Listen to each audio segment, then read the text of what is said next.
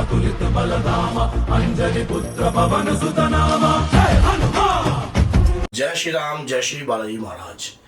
सुशीला बहन है गुजरात से, तो उन्होंने क्वेश्चन किया कि बच्चों को कोई प्रेत ना पकड़े या बच्चों के ऊपर कोई तंत्र फलीभूत ना होए, उसके लिए गुरुजी कुछ ऐसी वीडियो बना दीजिए, क्योंकि हर कोई व्यक्ति अपने बच्चों के लिए तो करता है, और बच्चों को ही अगर कोई प्रेत पकड़ लेता है या कोई प्रेत उसके ऊपर अपना कब्जा बना लेता है तो माँ बाप की जिंदगी बहुत ज़्यादा दुर्लभ हो जाती है, जीना औखा हो जाता है, पल पल जो है नींद नहीं आती है। कई बच्चे जो हैं जैसे कि गलत संगत में चले जाते हैं किसी भी प्रकार का। तो बच्चे सुरक्षित रहें, इसके लिए क्या करना चाहिए।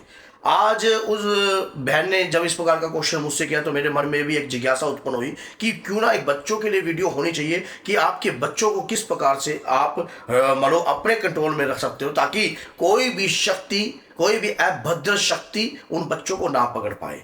सबसे पहली बात, बच्चे जो आज के समय के बच्चे ना, कई जो है भगवान में विश्वास नहीं करते, अधिकतर गेम एंजॉय या लाइफ, या उन्होंने ये चीज़ देखी भी नहीं होती है कि हाँ ये क्या चीज़ है। अगर बच्चों को आप चाहते हो कि आपके बच्चों को कोई शक्ति ना पकड़ पाए, तो उसके लिए आपको एक सबसे बड़ा कार्य करना चाहिए। क्या? पहले नंबर पर तो कुल देवी की सेवा। आपके घर में कुल की शक्ति की सेवा कभी बंद नहीं होनी चाहिए। अगर माँ बाप कुल देवी की सेवा करते हैं, कुल की शक्ति को जागृत रखते हैं, तो आपके घर के अंदर जो है उनकी शक्ति पनपती है, और साथ में कभी भी आपके घर में कोई नेगेटिविटी प्रवेश नहीं करती। फिर कुल देवी के साथ हनुमान जी की पूजा। माना जाता है कि हनुमान जी एक ऐसे देव हैं जो हर बंधनों से, हर संकट से, हर मुसीबत से आपको बचा सकते हैं, आपके परिवार को बचा सकते हैं, आपके कारोबार को बचा सकते हैं, यहाँ तक कि आपकी संतान के ऊपर भी रक्षा रूप में कार्य करते हैं। क्योंकि हनुमान जी की भक्ति और पूजा करने से आपके बच्चों का ऑरा क्रिएट होएगा। ऑरा मीन्स क्या होता है कि जब जैसे अगर मान लीजिए आप हनुमान जी की आपके बच्चे भक्ति करते हैं, मान लीजिए 1 घंटा भी अगर वो प्रतिदिन 1 घंटा या आधा घंटा कुछ हनुमान चालीसा का दिव्य पाठ करते हैं, तब भी नेगेटिविटी उनके शरीर में प्रवेश नहीं करती। लेकिन शर्त यह है, हनुमान चालीसा राम स्तुति के साथ होनी चाहिए। अगर आप राम जी की स्तुति करने में कामयाब हो गए तो हनुमान जी आपके अंग रक्षक बन जाएंगे, ये गारंटी है, लिखवा लीजिए। क्योंकि जहां राम का नाम है वहां बजरंगी का काम है। हनुमान जी ने कभी अपने आप को भगवान नहीं कहा, वो दास बनाकर कार्य करते हैं, हमेशा दास हूं मैं तो।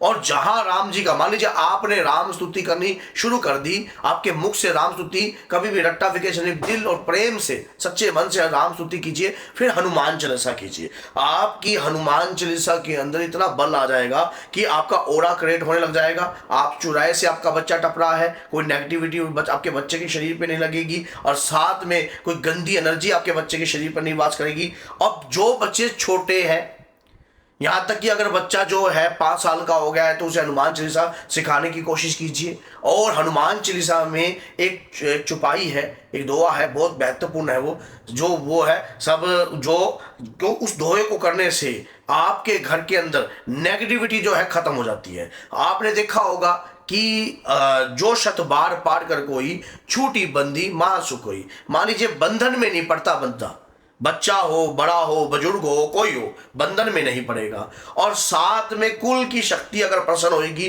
तो पितृ शक्ति भी आपका कार्य करेगी, आपके बच्चों के साथ अंगरक्षक बनकर चलेगी। क्योंकि अधिकतर अगर आपके पितृ भी रुष्ट होते हैं, तब भी घर के बच्चों को दिक्कतें, समस्या, व्यापार में हानि, लाभ, जो प्रॉफिट और उनको होने भी वाला होता है, चाहकर भी वो प्रॉफिट नहीं होता, लॉस होने लग जाता है, व्यापार में लॉस होने लग जाता है, और हर जगह उनको लॉस के अलावा और कुछ नहीं होता। उनके साथ दिक्कतें, समस्याएं एज इट इज उनके साथ चलती रहती हैं।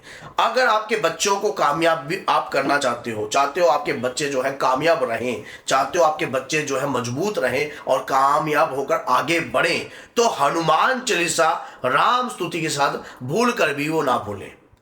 और जिस दिन कुल देवी का दिन होता है, अपनी संतान को साथ में लेकर कार्रवाई करें और साथ में कुल देवी का ध्यान करें, प्रसाद लगाएं, कुल देवी का दीप का दान दें, भेंट दें, अपने घर के बड़े आदमी जब जैसा कार्य करेंगे तो कुल की शक्ति को आपका बच्चा भी नहीं भूलेगा, और आपका बच्चा नहीं भूलेगा तो आप कुल की शक्ति भी आपके बच्चे की रक्षा करती है और रास्ते खोलती है आपके बहुत सारे।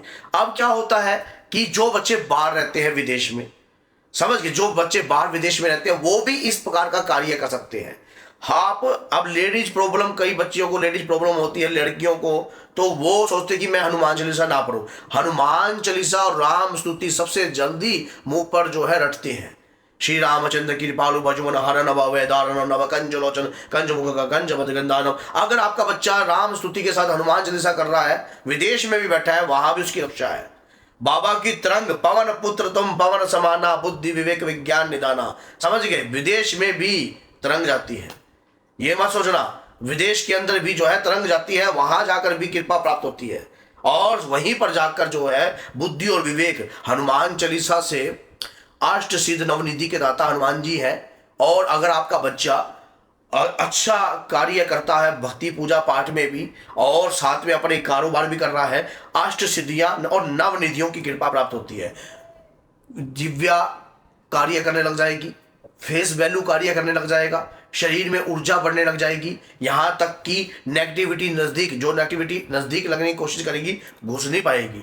लेकिन अगर आप सोचते हो कि ये सिर्फ मंगल शनि को ही करना चाहिए, तो ये गलत है, ये गलत है। मैंने कोई हैवी पूजा नहीं बताई, मैंने ऐसी पूजा बताई जिसमें विदेशियों को भी कोई दिक्कत नहीं है, विदेश में पढ़ने वाले बच्चों को भी कोई दिक्कत नहीं है, यहां तक कि जो अपने कोई बच्चा इस पूजा को ना कर पाए, ऐसा हो नहीं सकता।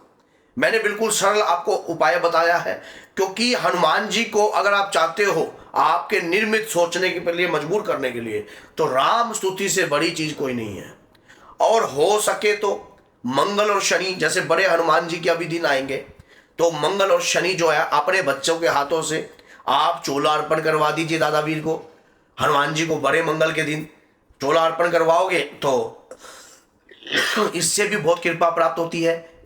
जब बड़े मंगल के दिन जो है चोला अर्पण होता है तो उनके शरीर पर ऊर्जा का वास होता है। ऐसे समय पर हनुमान जी जो है अत्यंत प्रसन्न होते हैं और खुश होते हैं, और ये समय पर चोला अर्पण करने से आपके बच्चों की सुरक्षा बनती है, बाबा के वीर उनके संग चलने लगाते हैं।